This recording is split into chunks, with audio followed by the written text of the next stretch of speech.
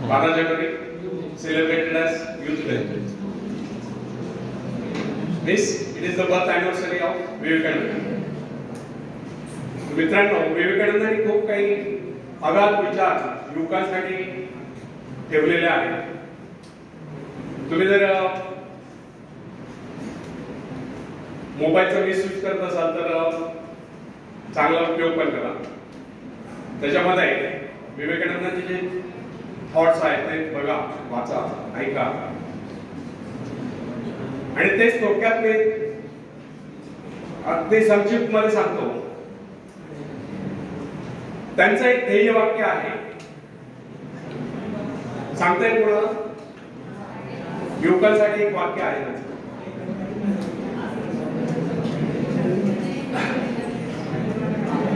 Arise, awake, and stop not till the goal is reached.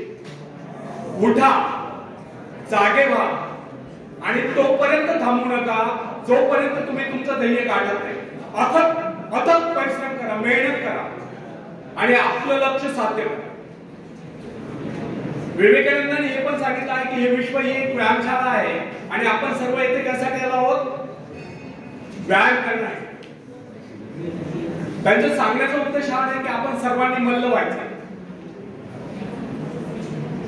त्यांचा सांगण्याचा उद्देश हा आहे आपल्याला शारीरिक, मानसिक आणि बौद्धिकदृष्ट्या सक्षम व्हायचं. आपलं मनगट, मन आणि मेंदू सक्षम बनवायचं. मग शारीरिकदृष्ट्या सक्षम होण्यासाठी काय केलं पाहिजे? जिमलाच गेलं पाहिजे, स्विमिंग क्लासेस लावला पाहिजे असं काही नाही. सर्वांची परिस्थिती तशी नसते. ज्यांची परिस्थिती आहे, आर्थिक परिस्थिती उत्तम असेल त्यांनी अवश्य करावं.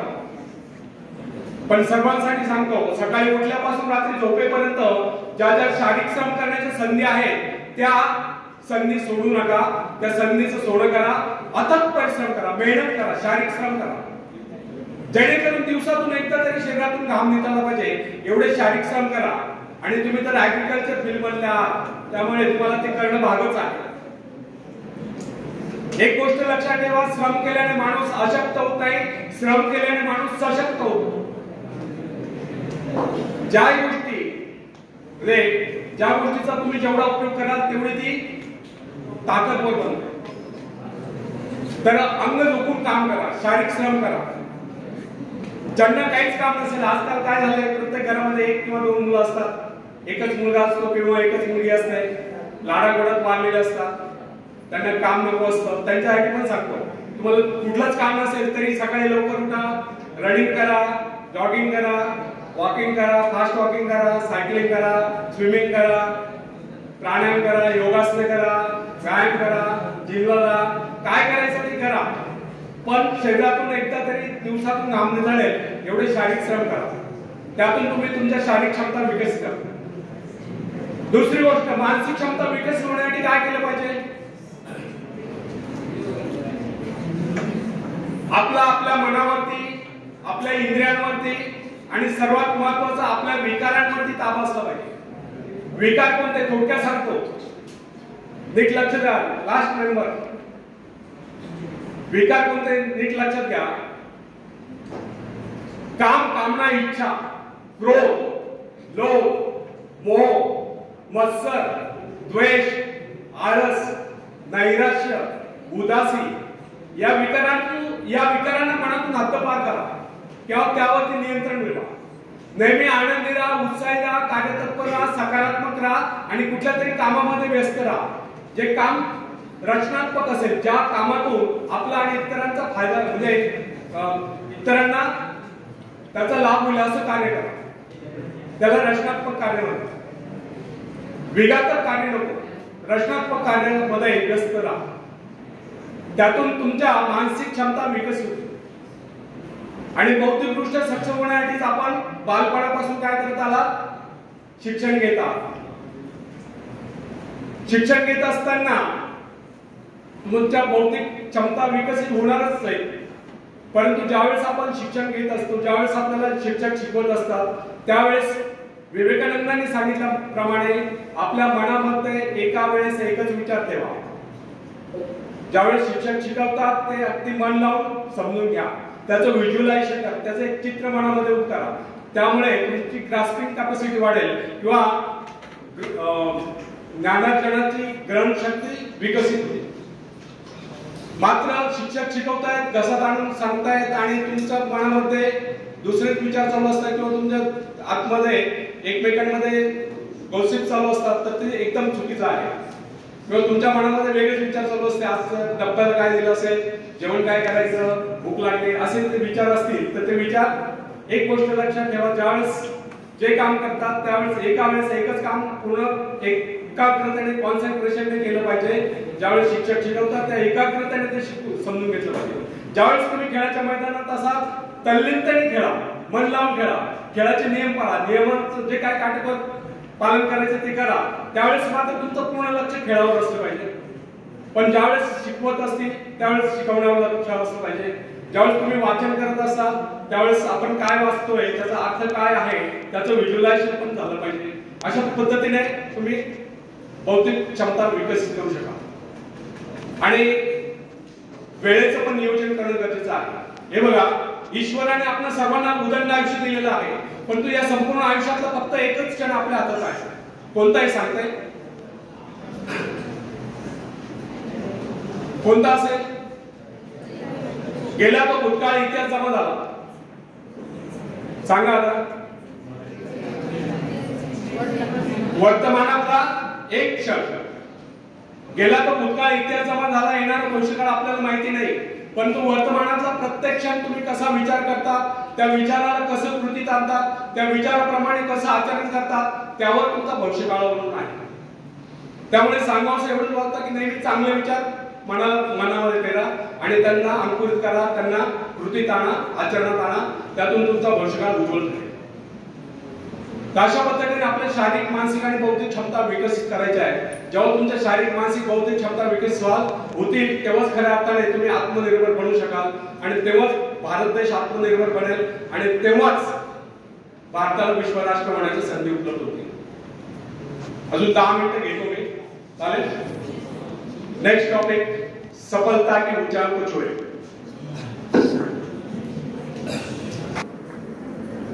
फ्रेंड्स, यदि आप स्वयं ही अपने भाग्य का निर्माता बनना चाहते हैं और आपकी प्रबल इच्छा है कि आप सफलता की बुलंदियों को छुए, तो इसके लिए सर्वप्रथम आपको अपना व्यवहार बदलना होगा. इसके लिए सबसे पहले आप अपने मन से घृणा, ईर्ष्या, द्वेष आदि विचारों को निकालकर बाहर करें. तब आप अपने भाग्य का स्वयं निर्माण करें. इस बात का विश्वास रखें कि सब कुछ आपके हाथ में है, क्योंकि आप ही तो अपने भाग्य का निर्माता है. फ्रेंड्स, मनुष्य एक ऐसा प्राणी है जिसे प्रकृति ने सब कुछ दे रखा है. इतना ही नहीं, प्राकृतिक गुणों के अतिरिक्त यदि किसी प्राणी में कुशलता है तो अपने कौशल से दूसरों के गुणों को अपनाकर और भी अधिक गुण संपन्न हो सकता है. उदाहरण के लिए, हम मछली के भांति जल के जीव नहीं, लेकिन हमारे मन में उसके भांति तैरने की इच्छा जागृत हुई तो हमने तैरना सीख लिया. पक्षियों की भांति हमारी परवाज करने की इच्छा हुई तो हमने हवाई जहाज बना ली. इस प्रकार प्रकृति ने, निसर्ग ने मनुष्य को इस प्रकार बनाया कि वह सब कुछ कर सकता है. अतः प्रकृति से प्राप्त सुविधा का लाभ हम स्वयं नहीं उठाते हैं तो हम जैसा मूर्ख भला हो. प्रकृति ने, निसर्ग ने हमें क्या नहीं दिया? उसने हमें एक ऐसी शक्ति दी, बल्कि जादुई शक्ति दी है जिससे हम सब कुछ पा सकते हैं. यह अलग बात है कि हम उस शक्ति को पहचान नहीं पा रहे. अरस्तु ने एक बार चौराहे पर खड़े होकर चिल्ला चिल्ला कर कहा था, इस दुनिया में सब कुछ है, जो चाहो सो पाओ, पर पहले अपने को उस योग्य बनाओ. अरस्तु ने कहा है, इस दुनिया में सब कुछ है, जो कर्म ही नहीं वह कुछ नहीं पाता है. यह कटु सत्य, एक उक्ति भी है, कर्म ही नर पाओ है. आपको क्या चाहिए इस पर विचार करें, फिर गंभीरता पूर्वक उसके लिए योजना बनाएं. योजना बनाकर उस पर अमल करें, बराबर प्रयत्नशील रहें, एक दिन आप अपने इच्छा पूर्ति करके रहोगे, एक दिन आपको सफलता अवश्य मिलेगी। फ्रेंड्स, यदि हम सतत विकास मान है तो हमारी शक्तियां क्षीण नहीं हो सकती। जिस प्रकार घर का कूड़ा प्रतिदिन झाड़ू से साफ करना पड़ता है, उसी प्रकार मन के कूड़े को प्रतिदिन साफ करें। निरंतर नए विचार, आगे बढ़ने के विचार, प्रगति के विचार, उन्नति के विचार मन में लाए, तब शक्तियों को क्षीण करने की क्रिया स्वयं समाप्त हो जाए। हमारे मन तथा शरीर में निरंतर विकास की क्रिया जारी रहना स्वाभाविक है। इसमें बाधा तब पड़ती है जब दूषित विचार हमारे मन पर आक्रमण करते हैं। मन पर दूषित विचारों का आक्रमण तभी होता है जब हमारे मन में खालीपन होता है। जब तक हम अपने मन में विकास के विचार रखते हैं, तब तक अवनति के विचार रह सकते हैं। प्रगति के विचार है तो अवनति के विचार रह सकते हैं। मन को नवीन तथा तरोताजा करने के अनेक उपाय हैं। इस विषय में हम सबके भिन्न भिन्न अनुभव हो सकते हैं। हम देखते हैं कई बार हमारे मन में दुख और निराशा की छाया आश्चर्यजनक रूप से लुप्त जाती है। दुख के घिर आए बादल हट जाते हैं, उनके स्थान पर हर्ष की धूप खिल उठती है। कम से कम कुछ समय के लिए जीवन के प्रति हमारा दृष्टिकोण बदल जाता है। कई बार हम अनुत्साहित निराश हो जाते हैं और अकस्मात कोई शुभ समाचार आ जाता है और हमारा हृदय हर्ष से गदगद उठता है। अथवा कोई हंसोड़ सहृदय व्यक्ति आ जाता है, वो हमारी मनस्थिति में पूर्णतया परिवर्तन ला देता है। या कोई परम प्रिय मित्र आकर सारा वातावरण ही बदल जाता है। अथवा अचानक किसी सुंदर स्थान अथवा देश की यात्रा करने का अवसर प्राप्त हो जाया करता है।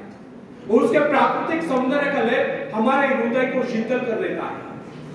किसी भी ऐसे स्थान की यात्रा करनी पड़ती है जिसकी हमारे मन में सदा से इच्छा रही है, और वहां से सौंदर्य के कारण हमारे विचारों में परिवर्तन आ जाता है और हम प्रसन्नता से विभोर हो जाते हैं। फ्रेंड्स, कुछ लोगों का यह विचार है कि मन बाहरी प्रभावों को ग्रहण करने में असमर्थ है, उसकी स्थिति में विशेष परिवर्तन नहीं किया जा सकता। उसके हर्ष विषाद की सीमाओं का निर्धारण केवल भाग्य द्वारा होता है, और हम केवल इतना ही कर सकते हैं कि इसे विचारों का अंश देकर चकमा दें। परंतु यह धारणा गलत है। हमारे पास ऐसे असंख्य उदाहरण हैं जिनमें व्यक्तियों की मनोवृत्ति में आमूल परिवर्तन होता देखा गया है। उनके मस्तिष्क में क्रांति होती देखी गई है। बहुत से लोग जो जन्म से ही दुर्बल थे, वे व्यायाम द्वारा सबल होते देखे गए और कर्मठ होते देखे गए। ऐसे अनेक उदाहरण हमारे सम्मुख है जिनमें व्यक्ति मानसिक शक्तियों से रहित थे, किंतु प्रयत्न द्वारा उनमें भारी परिवर्तन आ गया। उनका दुर्बल व्यक्तित्व प्रबल व्यक्तित्व में परिणत हुआ। साहस का उदाहरण लीजिए। बहुत से सफल व्यक्ति पहले इस गुण से रहते, खतरा था कि उनका समस्त भविष्य अंधकार में होगा, परंतु माता पिता या गुरु की शिक्षा का उन पर ऐसा प्रभाव पड़ा कि उनके जीवन की धाराएं बदल गई। इससे यह सिद्ध होता है कि मनुष्य उपदेश या शिक्षा प्राप्त करके या निरंतर अभ्यास से विचारों में क्रांति ला सकता है। फ्रेंड्स, साहस पर मनुष्य का जन्म सिद्ध अधिकार है। साहस के भाव परिपक्व होने पर वही व्यक्ति जो पहले कायर समझा जाता था, शौर्य पराक्रम के कारनामे कर लोगों को चकित कर देता है। जब हम भय, संदेह, निराशा से ग्रस्त स्थिति में होते हैं, तब हम सही निर्णय नहीं कर पाते। उचित एवं ठोस निर्णय केवल उसी समय किया जा सकता है जब मस्तिष्क सही स्थिति में हो। निराशा, क्रोध, भय, ईर्ष्या, द्वेष आदि के बादलों से घिरकर अंधकार में न हो। भय तथा चिंताग्रस्त मनस्थिति में कभी किसी महत्वपूर्ण विषय पर निर्णय नहीं करना चाहिए। जब मन निर्मल, संतुलित, शांत हो, कोई भी निर्णय उस समय करना चाहिए। उस समय जो योजनाएं बनाई जाए, केवल उन्हीं को कार्य करने का प्रयत्न कीजिए। भय, क्रोध आदि के आवेग पर मानसिक शक्तियां बिखर जाती है। उस समय मन एकाग्र न रहने के कारण निर्णय गलत होते हैं। यदि मनुष्य सही शिक्षण प्राप्त करे या मन को अभ्यास कराए, तो वह निराशा, क्रोध, ईर्ष्या, द्वेष आदि विचारों को कुछ क्षणों में अपने मन से निकालकर बाहर कर सकता है तथा प्रसन्नता का अनुभव कर सकता है। प्रसन्नता, आशा, आकांक्षा, उत्साह इन भावनाओं के आते ही मन का अंधकार दूर हो सकता है। अतः व्यक्ति को चाहिए कि इन रचनात्मक विचारों को हर समय अपने मन में रखे। सभ्यता की प्रत्येक नई आवश्यकता मानव मस्तिष्क को नई चुनौती देती है और जिस प्रकार जानवरों तथा मनुष्यों के शरीरों में जलवायु तथा वंश रक्षा के उद्देश्य से समय की आवश्यकता के अनुरूप लगातार सुधार होता चला गया है, उसी प्रकार आज के परिवर्तित आवश्यकता वाले संसार की मांग के अनुरूप मनुष्य को भी अपने मस्तिष्क को सुधार कर मुकाबले के लिए तैयार करना होगा। मस्तिष्क पर जिन विषयों पर सोचने का भार पड़ता है उसी के अनुरूप अपने में परिवर्तन कर लेता है।